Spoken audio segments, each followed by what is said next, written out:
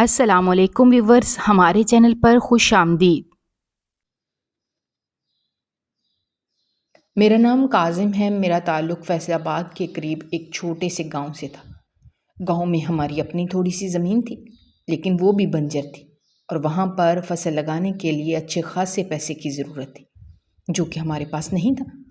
بہت مرتبہ ابا کو سب لوگوں نے یہ کہا کہ وہ اس زمین کو بیچ دیں، جو بھی چند پیسے ملتے ہیں اسے لیں اور شہر میں جا کر اپنا کوئی کاروبار شروع کر لیں۔ لیکن ابا اس زمین کو بیچنے کے حق میں بالکل بھی نہیں تھے، کیونکہ ابا کو وہ زمین اپنی جی جان سے پیاری تھی۔ وہ زمین انہیں وراثت میں ان کے ابا سے ملی تھی، یعنی میرے دادا سے۔ لیکن زمین کو نہ چھوڑنے کی صرف ایک وجہ یہ تو نہیں تھی کہ وہ میرے دادا کی زمین تھی، مگر مجھے سمجھ نہیں آتا تھا کہ آخر اس کے پیچھے وجہ کیا تھی کہ ابا اس زمین کو بیچنے کے لیے تیار نہیں تھے، اور یہی کہتے تھے کہ ایک دن وہی زمین پر خود کھیتی باڑی کریں گے، جبکہ مجھے ایسا ہوتا ناممکن لگتا تھا، کیونکہ اس کے لیے جتنی رقم کی ضرورت تھی اتنے پیسے ہمارے پاس نہیں تھے۔ بچپن سے ہی میں نے ایک عام زندگی گزاری تھی، جس میں بہت بڑی بڑی آسائشیں تو بہت دور کی بات، بنیادی زندگی کی ساری ضروریات بھی میسر نہیں ہوتی تھیں۔ میرے ابا کی یہاں کی بڑے حویلی کے وڈیروں کے ملازم تھے اور وہیں پر کام کرتے تھے۔ وہیں سے ہمارے گھر میں اناج آتا تھا، اور جو بھی تنخواہ ملتی تھی اس سے گھر کا گزارا ہو جاتا تھا۔ گھر میں زیادہ لوگ نہیں تھے، میں اپنے ماں باپ کا ایک ہی بیٹا تھا، جب ایک ہی میری بہن تھی جو مجھ سے بڑی تھی۔ جیسے بھی حالات میں نے بچپن سے دیکھے تھے، لیکن پھر بھی میں نے کبھی گھر والوں سے اس بات کا شکوہ نہیں کیا تھا۔ میں ہمیشہ اس بات پر صبر و شکر کر کے خاموش رہتا تھا کہ جیسے بھی حالات تھے بہت سارے لوگوں سے بہتر تھے۔ بچپن سے ہی میں نے اپنے آپ کو دنیا کی رنگینیوں سے بہت دور رکھا تھا۔ میں جو بھی کام کرتا تھا سوچ سمجھ کر کرتا تھا، اور آج تک ابھی بھی میں نے کسی لڑکی کو آنکھ اٹھا کر نہیں دیکھا تھا، کیونکہ میرے نزدیک یہ بہت بڑا گناہ تھا۔ میں گناہ سے بچنے کی ہر ممکن کوشش کرتا تھا، اور 5 وقت کی نماز بھی پابندی سے ادا کرتا تھا۔ اس کے ساتھ ہی اکثر اوقات نماز کے بعد میں درود شریف پڑھنے لگ جاتا تھا۔ بچپن سے ہی میرے ماتھے پر ایک لکیر تھی، جو کہ دیکھنے والوں کو شاید زیادہ اچھی نہیں لگتی تھی، لیکن جب بھی کوئی بزرگ آدمی یا کوئی سوالی ہمارے در پر آتا اور مجھے دیکھتا تو وہ یہی کہتا تھا کہ یہ خوش قسمتی کی لکیر ہے، اور ایک دن میں بہت ترقی کروں گا، میرے پاس دولت کی کمی نہیں ہوگی اور پیسے کی ریل پیل ہوگی۔ مجھے ان لوگوں کی باتوں میں کوئی دلچسپی نہیں ہوتی تھی، اور نہ ہی کبھی میں نے ان لوگوں کی باتوں پر دھیان دیا تھا، کیونکہ مجھے ایسا لگتا تھا کہ یہ لوگ صرف دوسرے لوگوں سے پیسے لینے کے لیے ایسی جھوٹی باتیں ان کے بارے میں بتاتے ہیں، تاکہ وہ ان کی باتوں سے خوش ہو کر انہیں زیادہ سے زیادہ پیسے دے سکیں، اور اپنے فائدے کے لیے وہ یہ سب کچھ کرتے ہیں۔ اور جہاں تک بات دولت کی تھی تو ہمارے گھر میں تو 2 وقت کا کھانا مشکل سے بنتا تھا، تو یہاں پر دولت کی ریل پیل کہاں سے ہونے والی تھی؟ مجھے یہ سب باتیں لگتی تھیں، ان میں کوئی سچائی نہیں تھی، اور ایسا مجھے لگتا تھا۔ وقت اسی طرح سے گزر رہا تھا۔ میں نے اپنی پڑھائی یہیں گاؤں کے اسکول سے کی تھی، اور اس کے بعد میں نے اپنی آگے کی پڑھائی پرائیویٹ کی تھی۔ ابا نے مجھ سے یہ کہا تھا کہ میں تھوڑا سا اور پڑھ لوں، اس کے بعد وہ مجھے بھی وڈیرے کے ہاں کسی نوکری پر لگوا دیں گے، کیونکہ میں پڑھا لکھا تھا۔ ایسے میں ابا کا کہنا تھا کہ وہ مجھے اپنے حساب کتاب کے کام کے لیے رکھ لیں گے اور تنخواہ بھی اچھی دیں گے۔ اسی وجہ سے ابا نے مجھے آگے پڑھنے کی اجازت دے دی تھی، ورنہ ان کا تو ارادہ یہی تھا کہ وہ مجھے ابھی سے کام پر لگا دیں گے، لیکن میں بھی آگے مزید تعلیم حاصل کرنا چاہتا تھا۔ بڑی مشکلوں کے بعد اماں نے انہیں اس بات پر راضی کیا تھا۔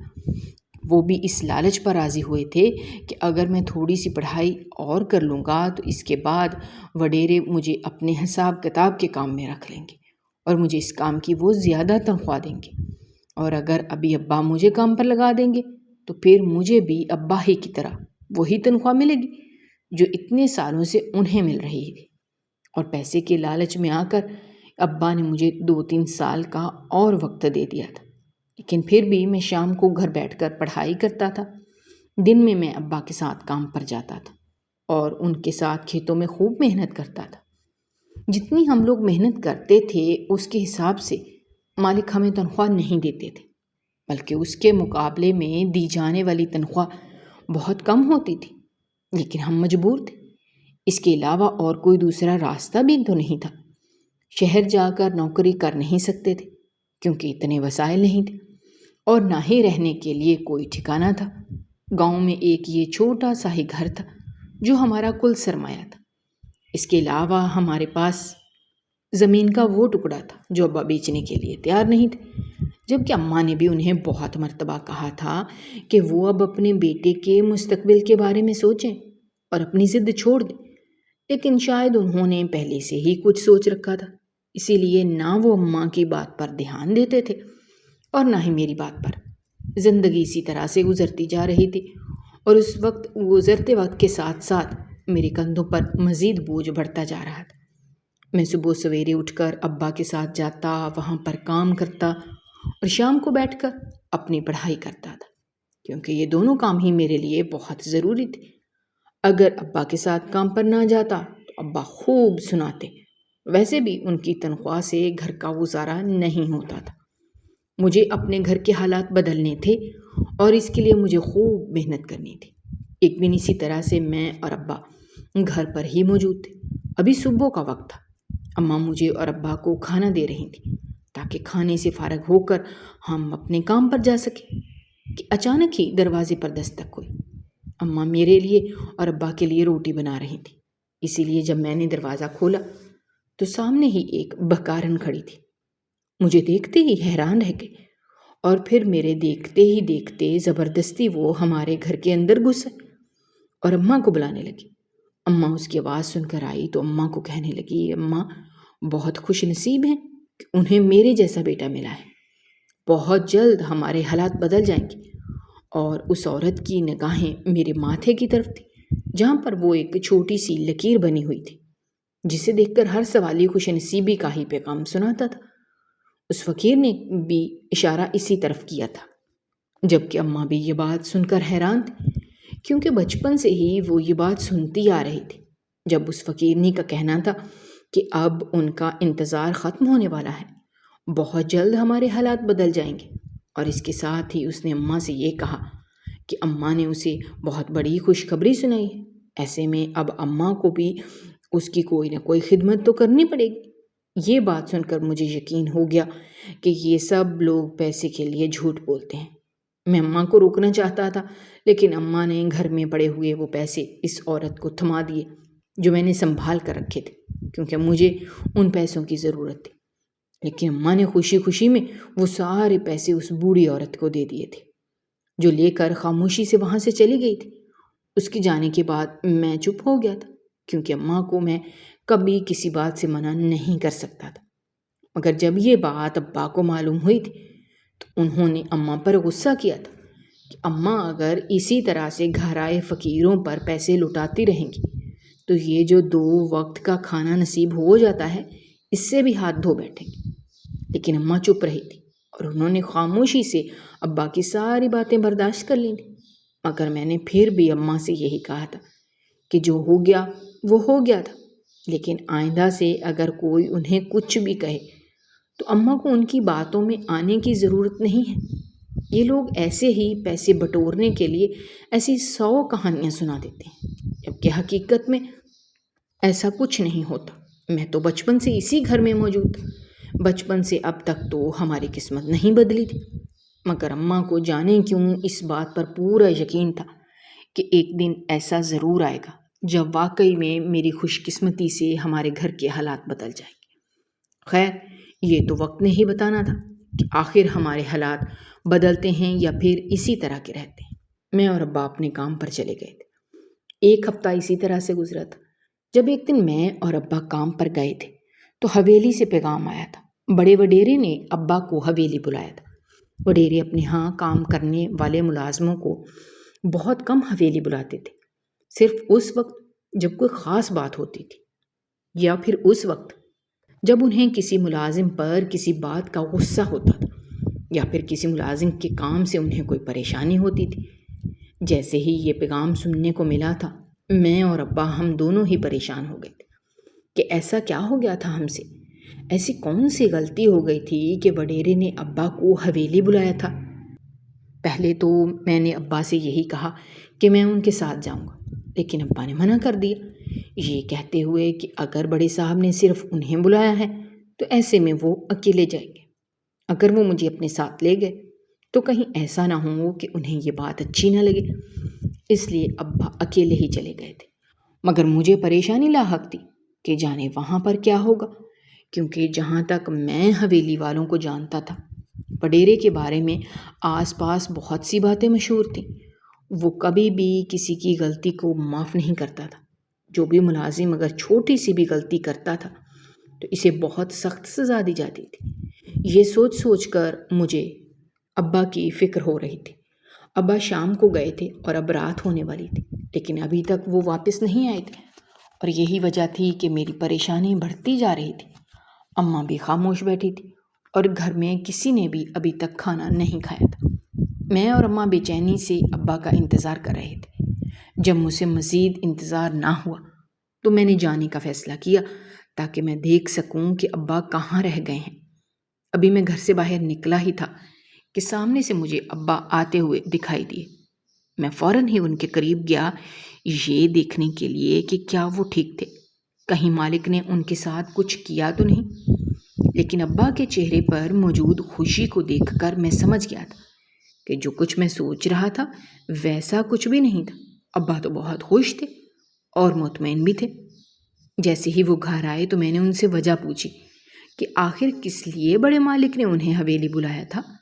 تو ابا نے مجھ سے یہ کہا کہ مجھے صبح ان کے ساتھ جانا ہے، وہاں جا کر وہ مجھے سب کچھ بتا دیں گے، مجھے فکر کرنے کی کوئی ضرورت نہیں ہے، جیسا ہم لوگ سوچ رہے ہیں ویسا کچھ نہیں ہے۔ مالک بہت اچھے ہیں اور انہوں نے تو انہیں بہت عزت سے اپنی حویلی میں بلایا تھا۔ میں نے ابا سے پوچھنے کی بہت کوشش کی کہ آخر کیا وجہ تھی، لیکن انہوں نے مجھے نہ بتایا، یہی کہا کہ صبح سب کچھ پتہ چل جائے گا، بس میں تیار ہو جاؤں، ہم دونوں کو صبح حویلی جانا ہے۔ ان کی بات سن کر میں چپ ہو گیا تھا اور صبح ہونے کا بے چینی سے انتظار کرنے لگا۔ جیسے ہی صبح ہوئی تھی، ابا کی تو خوشی کا کوئی ٹھکانہ نہیں تھا۔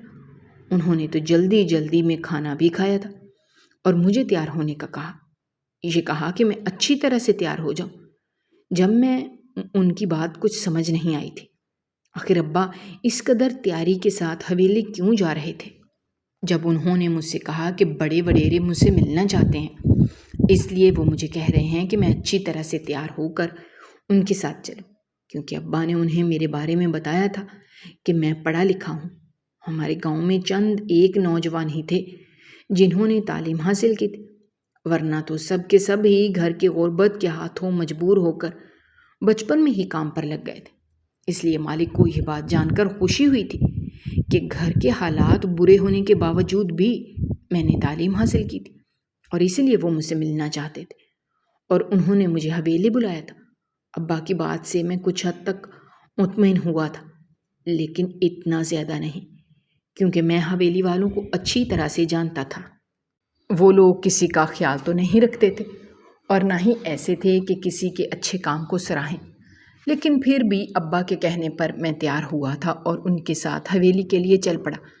لیکن وہاں جا کر جو بات مجھے معلوم ہوئی تھی اس نے تو میرے پیروں کے نیچے سے زمین ہی کھینچ لی تھی۔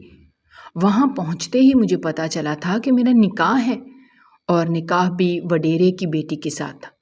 ایک لمحے کے لیے تو کوئی بھی یہ بات سنتا تو میری قسمت پر رشک کرتا کہ ایک وڈیرا اپنی بیٹی کی شادی مجھ سے کروانے جا رہا تھا، لیکن اس کے پیچھے کی حقیقت جان کر سبھی لوگ شاید میری قسمت پر افسوس کرتے، کیونکہ وڈیرے کی وہ بیٹی جس سے وہ میرا نکاح کروانا چاہتا تھا وہ پاگل تھی، جبکہ میں اس رشتے کے لیے بالکل بھی راضی نہیں تھا۔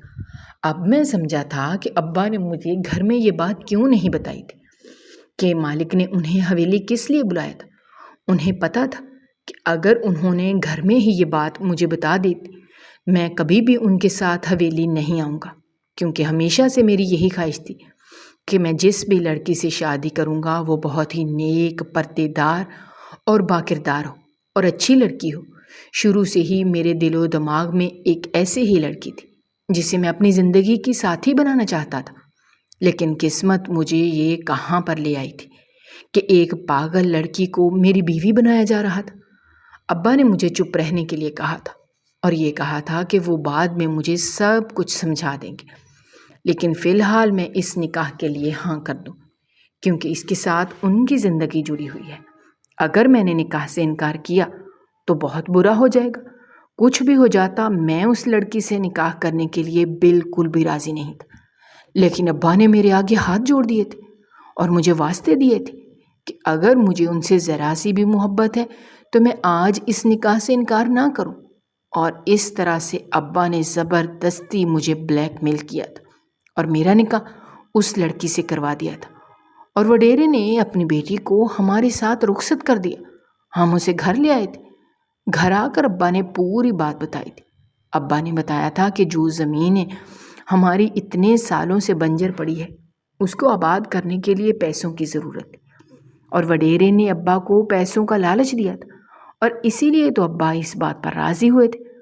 انہوں نے اپنی پاگل بیٹی کا نکاح مجھ سے کروانے کے لیے میرے ابا کو اچھی خاصی رقم دی تھی، اور اسی لیے تو ابا نے پیسوں کے لالچ میں آ کر میرا نکاح اس پاگل لڑکی سے کروا دیا تھا۔ ابا کا کہنا تھا کہ مجھے فکر کرنے کی کوئی ضرورت نہیں ہے، وہ لڑکی گھر کے ایک کونے میں پڑی رہے گی، اماں اسے دیکھ لیں گی، مجھے اسے اپنے سر پر سوار کرنے کی کیا ضرورت ہے، اور نہ ہی مجھے فکر کرنے کی ضرورت ہے۔ ہمیں پیسے مل گئے ہیں، ہم اپنی زمین پر پیسہ لگائیں گے، اور اس کے بعد ہمارے گھر میں پیسے کی کمی نہیں ہوگی۔ پھر اس کے بعد میں جس لڑکی سے چاہوں اپنی مرضی سے شادی کر لوں، وہ مجھے نہیں روکیں گے۔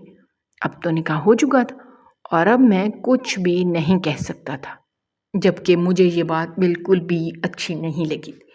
مجھے بے حد افسوس تھا کہ ابا نے صرف پیسوں کے لیے میری زندگی تباہ کر دی تھی، جبکہ وڈیرے کی بیٹی جو کہ میرے نکاح میں تھی اور میری بیوی تھی، وہ سانولی سی رنگت کی لڑکی تھی، زیادہ خوبصورت نہیں تھی، لیکن مجھے اس کی خوبصورتی سے یا پھر اس کے چہرے سے کچھ لینا دینا نہیں تھا۔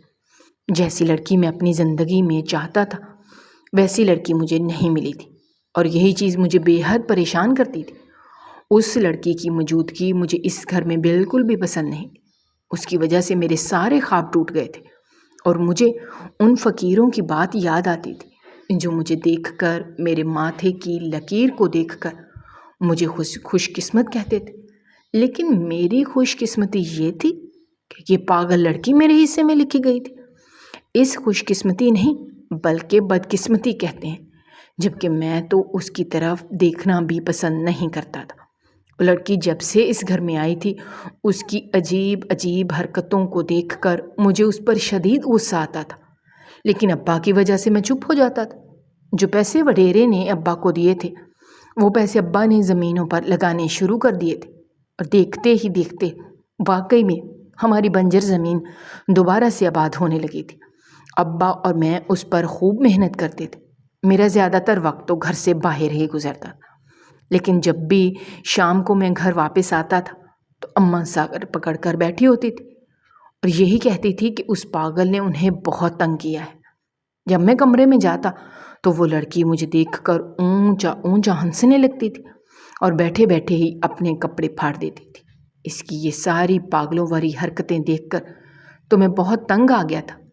دل کرتا تھا کہ ہاتھ سے پکڑ کر اسے گھر سے باہر نکال دوں، لیکن میں ایسا کر بھی نہیں سکتا تھا۔ جو بھی تھا وہ لڑکی میری بیوی تھی، میری عزت تھی اور میری ذمہ داری تھی، اور میں اسے اس طرح سے گھر سے باہر کیسے نکال دیتا۔ جب بھی میں اس لڑکی کو دیکھتا تھا مجھے ابا پر شدید غصہ آتا تھا، جنہوں نے بلا وجہ کی مصیبت میرے گلے میں ڈال دی تھی، اور اس کی انہیں حرکتوں کی وجہ سے مجھے اس سے نفرت ہونے لگی تھی، کیونکہ میرے دل و دماغ میں یہ بات بیٹھ گئی تھی کہ اس لڑکی کی وجہ سے میری زندگی برباد ہوئی ہے۔ میں جو اپنی بیوی کے روپ میں ایک سلجھی ہوئی پردے دار اور اچھی عورت کو دیکھنا چاہتا تھا، اس کی جگہ اب میں اس پاگل لڑکی کو دیکھتا تھا تو غصے سے میرا خون کھولنے لگتا تھا اور مجھے اس لڑکی کے چہرے سے نفرت ہونے لگتی تھی۔ اسی لیے میں کم ہی اس کے سامنے جاتا تھا۔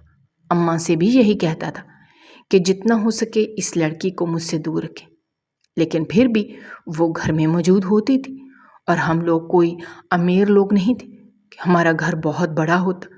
چھوٹے سے گھر میں ہم لوگ رہتے تھے جس میں 2 ہی کمرے تھے، ایک اماں ابا کا تھا اور ایک میرا تھا، اور وہ لڑکی میرے کمرے میں رہتی تھی۔ اس لیے گھر آنے کے بعد وہ میری آنکھوں کے سامنے ہی موجود ہوتے تھے اور میرا صبر آزماتے تھے۔ دن اسی طرح سے گزر رہے تھے اور ہم لوگوں نے اپنی زمین پر خوب محنت کی تھی اور آخر کار ہمیں زمین سے فائدہ حاصل ہونے لگا تھا۔ دیکھتے ہی دیکھتے ہمارے حالات بدلنے لگے تھے اور مجھے تو خود اس بات پر یقین نہیں آ رہا تھا کہ وہ بنجر زمین کیسے آباد ہو گئی تھی۔ ابا کا کہنا تھا کہ یہ ہماری انتھک محنت کا نتیجہ ہے، جو ہم نے اس پر پیسہ لگایا ہے اس کا نتیجہ ہے، لیکن مجھے تو یہ کچھ اور ہی معلوم ہوتا تھا۔ لیکن جو بھی تھا، اب ہمارے گھر میں کسی چیز کی کمی نہیں تھی اور ہر چیز وافر مقدار میں موجود تھی، ایسے جیسے ہمارے گھر میں برکت ہی برکت ہو گئی تھی۔ وقت اسی طرح سے گزر رہا تھا جب ایک دن میں اپنے کام سے تھکا ہارا گھر واپس آیا اور میں اپنے کمرے میں گیا تو میں نے دیکھا کہ میری پاگل بیوی لال جوڑے میں ملبوس تھی۔ لڑکی عمر میں کافی چھوٹی تھی، 17-18 سال کی کم عمر لڑکی تھی۔ اس لیے اس رات جیسے ہی میں کمرے میں آیا تو اس کی نوخیز جوانی دیکھ کر پگھل گیا۔ ویسے بھی آج اس لڑکی نے روز کی طرح نہ تو مجھے دیکھ کر زور زور سے کہے لگائے تھے اور نہ ہی اس نے کوئی ایسی حرکت کی تھی، بلکہ وہ خاموشی سے اجنبی نظروں سے اور حیرت سے مجھے دیکھ رہی تھی، اور اس کا اس طرح سے دیکھنا مجھے مزید اچھا لگ رہا تھا۔ وہ لڑکی چاہے سانولی رنگت کی تھی، لیکن اس میں ایک کشش تھی جو مجھے اس کی طرف کھینچ رہی تھی۔ سانولی رنگت ہونے کے باوجود بھی وہ لڑکی بے حد خوبصورت تھی، یا پھر اس دن اس لال رنگ کے جوڑے میں مجھے کچھ زیادہ ہی خوبصورت لگ رہی تھی، اور کچھ وہ میرے نکاح میں تھی۔ ان ساری چیزوں نے مجھے بری طرح سے الجھا دیا تھا۔ میرے قدم خود بخود اس کی طرف بڑھنے لگے تھے۔ جیسے جیسے میں اس کے قریب جا رہا تھا، وہ لڑکی حیرت سے مجھے دیکھ رہی تھی اور خاموشی سے ایک کونے میں بیٹھی ہوئی تھی۔ پھر جیسے ہی میں اس لڑکی کے قریب گیا تو میرے ہوش اڑ گئے، کیونکہ پاگل تو اب تک میں بن رہا تھا، وہ لڑکی تو بالکل ٹھیک تھی۔ کہیں سے بھی وہ اب مجھے پہلے کی طرح پاگل نہیں لگ رہی تھی، جبکہ مجھے اپنے قریب دیکھ کر وہ مجھ سے دور ہونے لگی تھی اور مجھ سے یہی کہہ رہی تھی کہ میں کون ہوں۔ مجھے کچھ سمجھ نہیں آیا تھا کہ یہ سب کچھ کیا ہو رہا ہے، جبکہ اس قسم کا رویہ دیکھ کر مجھے اندازہ ہو رہا تھا کہ وہ لڑکی پاگل نہیں تھی۔ تو اس کا مطلب یہ تھا کہ اتنے وقت سے وہ مجھے پاگل بنا رہی تھی، لیکن وہ ایسا کیوں کرے گی؟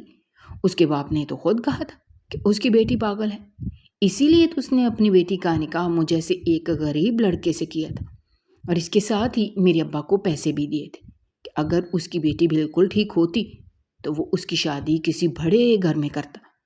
تو کیا وہ لڑکی خود جھوٹ بول رہی تھی؟ لیکن اس کو جھوٹ بولنے سے کیا فائدہ ہوتا؟ مجھے تو کچھ سمجھ نہیں آیا تھا۔ میں بری طرح سے الجھ گیا تھا۔ جب میں نے اس لڑکی کو بتایا کہ میرا اس سے نکاح ہوا ہے اور وہ میری بیوی ہے، تو اس نے یہی کہا کہ اسے کچھ بھی معلوم نہیں ہے کہ اس کی زندگی میں کیا کچھ چل رہا ہے، وہ کچھ نہیں جانتی۔ اس کی ان باتوں نے مجھے حیرت میں ڈال دیا تھا۔ اتنا تو میں سمجھ چکا تھا کہ وہ لڑکی پاگل نہیں تھی، تو پھر اس کے پیچھے کیا کہانی تھی کہ اسے میرے سامنے پاگل ثابت کیا جا رہا تھا۔ اس کے بعد سے میں نے ہر چیز پر نظر رکھنی شروع کر دی تھی، جبکہ میری اماں اس لڑکی کو خوب سناتی تھی، یہی کہتی تھی کہ وہ منحوس ہے۔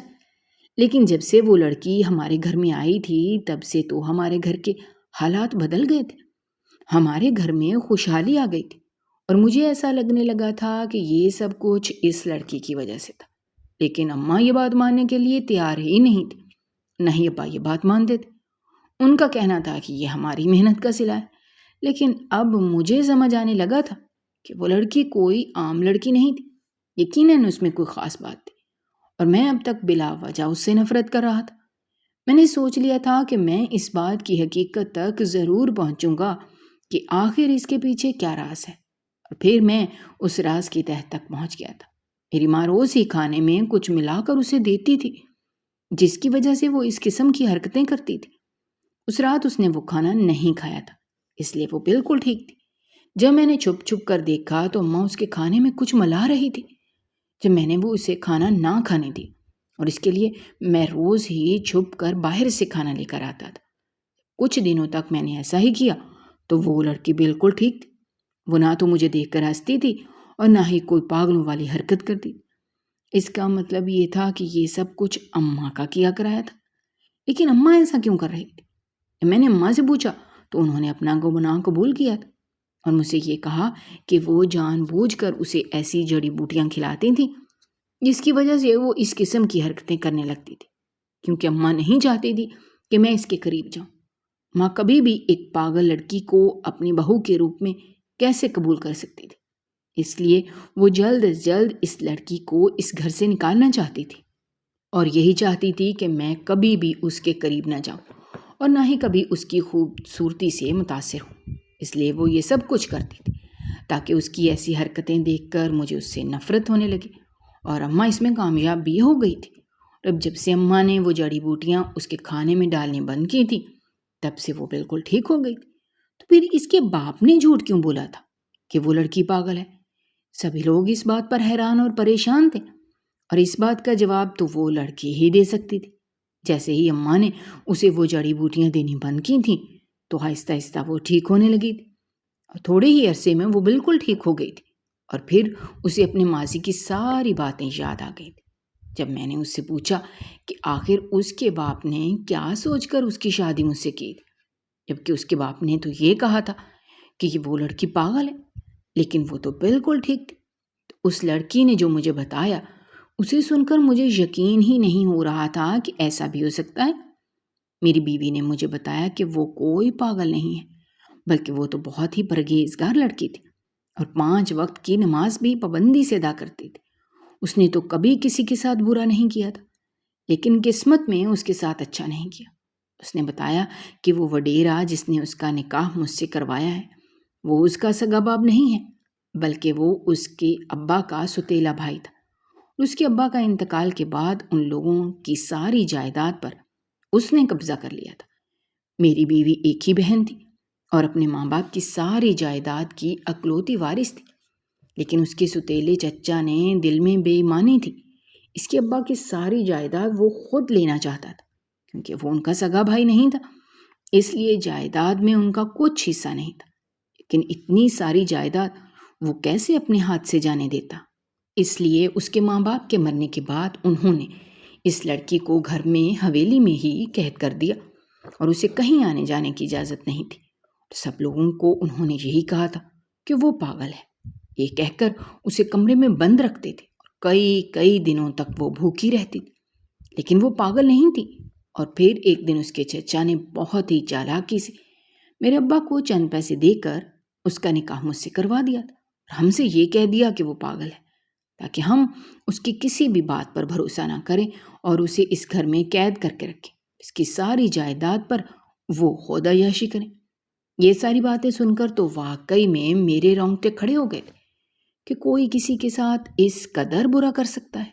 لیکن میں نے اپنی بیوی سے وعدہ کیا تھا کہ میں اس کے ساتھ کوئی ناانصافی نہیں ہونے دوں گا۔ مجھے دولت کا لالچ نہیں تھا، لیکن میں اپنی بیوی کو انصاف دلانا چاہتا تھا۔ اس کے ساتھ جو کچھ غلط ہوا تھا میں اسے ٹھیک کرنا چاہتا تھا، اور میں اس کے ساتھ تھا، جبکہ اماں ابا کا کہنا تھا کہ میں اس بات کو یہیں پر ختم کر دوں، کیونکہ وہ وڈیرے بہت ہی طاقتور تھے، اور وہ آدمی جس نے دولت کے لالچ میں اپنے بھائی کی بیٹی کے ساتھ اتنا برا کیا تھا وہ کچھ بھی کر سکتا تھا۔ لیکن میں کسی سے ڈرتا نہیں تھا اور اپنی بیوی کے حق کے لیے لڑنے کو تیار تھا۔ اماں نے بھی مجھے بہت روکا، لیکن مجھے اپنی بیوی کو انصاف دلوانا تھا اور اس کا حق اسے دلوانا تھا۔ میں نے اپنی بیوی کو ساتھ لیا تھا اور اس کے سوتیلے چچا کے خلاف پولیس میں رپورٹ درج کی تھی، جس کے ساتھ ہی یہ بھی بتایا کہ اتنے سالوں تک انہوں نے میری بیوی کو کمرے میں بند رکھا تھا، اسے قید کر کے رکھا تھا۔ میری بیوی کے سوتیلے چچا کو سزا دلوانے کے لیے میری بیوی کی گواہی ہی کافی تھی، اور پھر اس کے بعد اس کے چچا کو اس کے کیے کی سزا مل گئی تھی۔ قانونی لحاظ سے بھی ساری جائیداد کی اکلوتی وارث میری بیوی ہی تھی، اور پھر ساری جائیداد میری بیوی کے نام خود بخود ہو گئی تھی اور اس کے چچا کو اس کے کیے کی سزا مل گئی تھی۔ اس نے دھوکے سے یہ سب کچھ اس سے چھیننے کی کوشش کی تھی اور اسے اتنے سالوں تک کمرے میں بند رکھا تھا، اس لیے اسے کئی سالوں کی سزا ہو گئی تھی، اور اب سب کچھ میری بیوی کو مل گیا تھا، جبکہ میں نے اپنی بیوی کو یہ حق دیا تھا کہ وہ چاہے تو مجھے چھوڑ کر اپنی زندگی جی سکتی ہے، کیونکہ شادی کے بعد جو کچھ میں نے اس کے ساتھ کیا تھا یقیناً وہ میرے ساتھ نہیں رہنا چاہے گی، لیکن میری بیوی نے میرا ہاتھ تھام لیا اور یہ کہا تھا کہ میں نے اس کے حق کے لیے آواز اٹھائی تھی، اس کا ساتھ دیا تھا، اور اب جب کہ میں نے اس کا حق اسے دلوا دیا تو ایسے میں وہ میرا ساتھ کیسے چھوڑ سکتی ہے؟ وہ کبھی بھی میرا ساتھ نہیں چھوڑے گی اور وہ میرے ساتھ رہنا چاہتی ہے۔ مجھے سن کر بہت اچھا لگا تھا اور پھر ہم دونوں نے ایک دوسرے کو خوشی خوشی قبول کیا تھا۔ جیسی لڑکی میں نے اپنی زندگی میں چاہتا تھا ویسی لڑکی میری زندگی میں شامل ہوئی تھی، لیکن مجھے پہچاننے میں دیر ہو گئی تھی۔ میری بیوی بہت ہی نیک اور پرہیزگار تھی اور میں بہت خوش تھا کہ مجھے ایسی ہی ہم سفر ملی تھی۔ جانے میری کون سی نیکی کا مجھے صلہ ملا تھا، اور اس دن مجھے یقین ہو گیا تھا کہ میں واقعی میں خوش نصیب تھا۔ میں صرف اچھی سفر ملی تھی بلکہ اس کے ساتھ ہی بہت ساری جائیداد بھی مل گئی تھی۔ میری بیوی نے وہ ساری جائیداد میرے حوالے کر دی تھی، یہ کہتے ہوئے کہ میں اسے اچھے طریقے سے سنبھال سکتا ہوں۔ اس کے بعد سے ہم لوگ اس حویلی میں آ کر رہنے لگے تھے۔ میری اماں نے بھی میری بیوی سے اپنے رویے کی معافی مانگی تھی، جبکہ میری بیوی نے میرے ماں باپ کو دل سے معاف کر دیا تھا، اور ہم ہنسی خوشی رہنے لگے تھے۔ اور آس پاس کی جتنی بھی گاؤں کی زمینیں تھیں وہ سب ہماری تھیں، اور میں اور ابا اس پر خوب محنت کرتے تھے، جبکہ اپنے ساتھ کام کرنے والے ملازموں کی بھی محنت پوری انہیں دیتے تھے، جبکہ سارے ملازم اس بات سے بہت خوش تھے کہ انہیں ان کی محنت کا پورا صلہ ملتا تھا، ورنہ پہلے جو وڈیرے تھے وہ تو ان کی محنت کے حساب سے انہیں بہت کم تنخواہ دیتے تھے۔ اور اسی طرح سے دیکھتے ہی دیکھتے زندگی بہت حسین ہو گئی تھی اور حسین لمحوں میں بدل گئی تھی۔ اگر آپ کو ہماری کہانیاں پسند آ رہی ہیں تو ہمارے چینل کو سبسکرائب کیجیے، ویڈیوز پر کمنٹ کیجیے اور شیئر کیجیے۔ شکریہ۔